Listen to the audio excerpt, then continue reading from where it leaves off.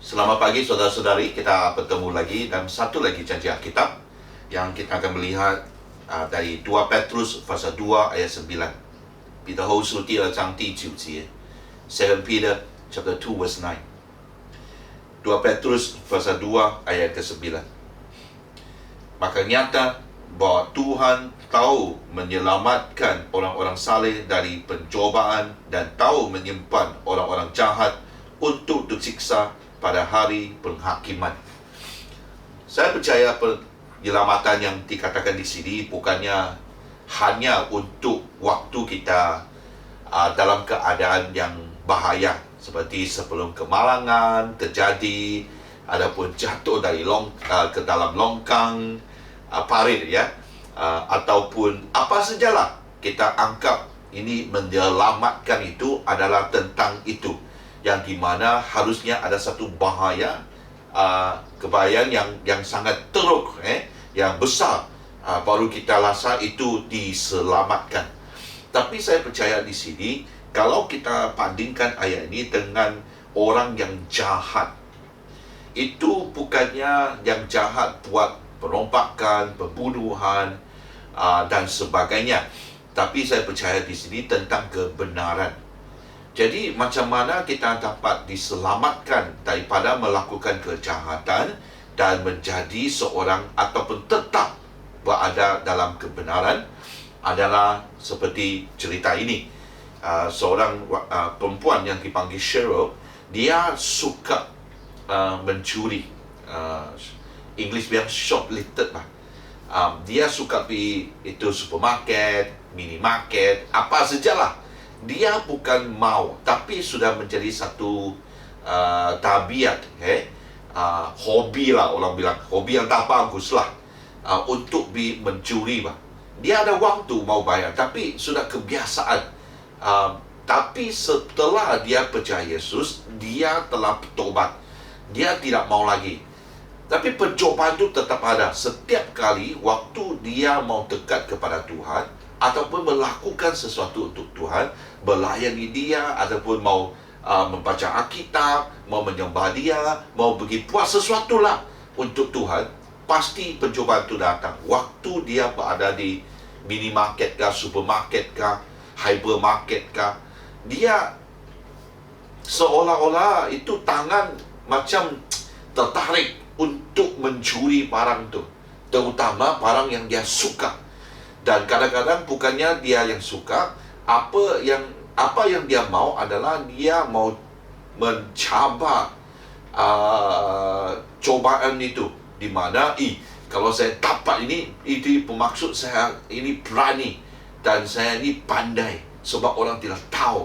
Walaupun dia nampak sudah ada CCTV, sebuah itu apa orang bilang, itu keselamatan tu, sistem keselamatan tu sangat ketat, tapi dia tetap mau dicuba. Jadi ada satu kali waktu dia datang, dia tahu dia sudah belajar, sebenarnya dia boleh berdoa kepada Tuhan. Dan waktu dia mau ambil, dia berdoa, ya Tuhan, tolonglah saya, selamatkan aku. Wah, dia tu berdoa tu makin kuat, tapi dia percaya kepada Tuhan. Dia tetap berada di sana. Dia daripada mau mencabar sendiri untuk mencuri, dia sekarang mau mencabar pencobaan itu supaya dia tidak mau mencuri. Dia berdiri saja, dia mau menghadapi pencobaan itu. Dan lepas dia doa tak lama, datanglah seorang pekerja di sana. Dia datang, ya puan, ada apa-apa mau tolong? Baru dia sadar, wah, Tuhan datang. Dia sudah terjagalah, dia bangun, dia, oh ya, saya mau barang ni, saya ambil saja, saya akan bayar. Barulah dia tahu waktu itu Tuhan datang menyelamatkan dia. Kalau pekerja itu tidak datang, dia mungkin, ini kesaksian, dia bilang dia mungkin akan mengambil barang itu.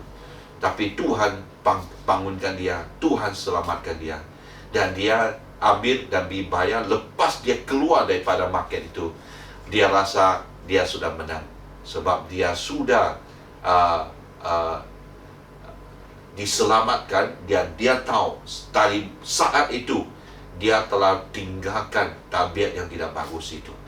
Jadi hari ini penyelamatan Tuhan kadang-kadang bukan saja hanya dari kemalangan, bahaya yang teruk dan sebagainya, tapi dalam waktu kita menghadapi pencobaan, supaya kebenaran itu dalam kita ini akan dikekalkan dan kita tidak akan melakukan kejahatan. Amin.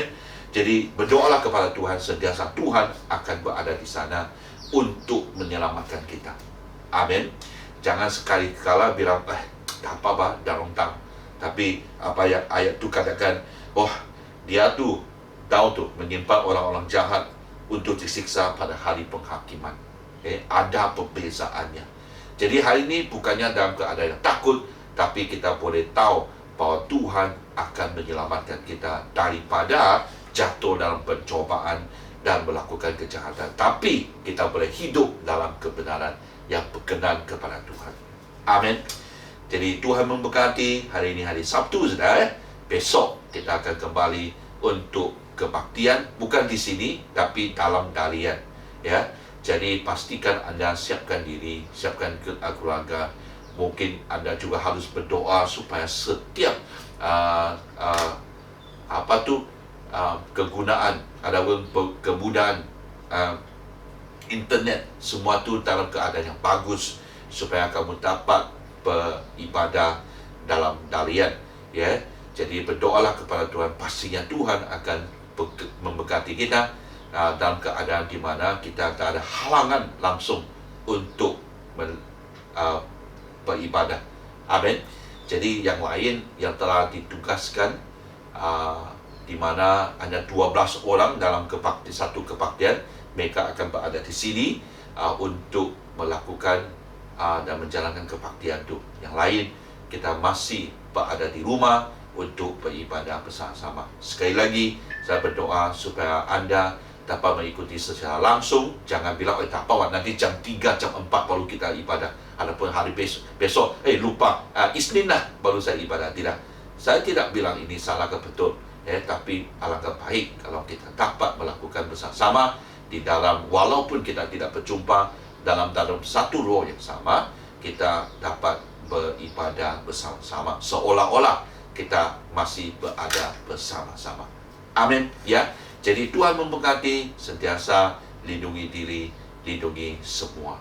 Amin.